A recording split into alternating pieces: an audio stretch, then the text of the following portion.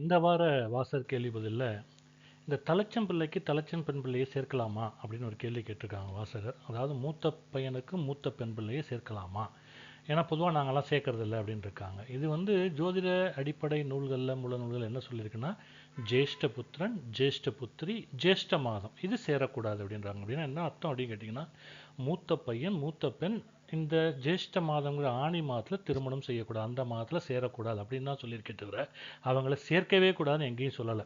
அப்போது இந்த ஆணி மாதம் தவிர மற்ற மாதங்களில் இவங்க 2 பேருக்கு திருமணம் செய்யணும். அப்படி ஒரு நடைமுறையில் அவங்க 2 பேருக்கும் திருமண பொருத்தம் பார்த்து ஒத்து வந்ததுன்னா அவங்கள ஆணி மாதம் தவிர மற்ற மாதங்கள் திருமணம் பொருத்தணும்.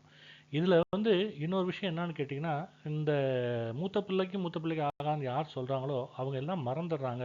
ஒரு வீட்டுக்கு ஒரே ஒரு பையன் ஒரே ஒரு பொண்ணு இருக்காது, மூத்த பிள்ளையா கடைசி பிள்ளையா அப்படின்னு அதை எடுத்துக்காமல் அதை சேர்த்துக்கிறாங்கன்றது தான் மிக ஆச்சரியகரமான விஷயம்.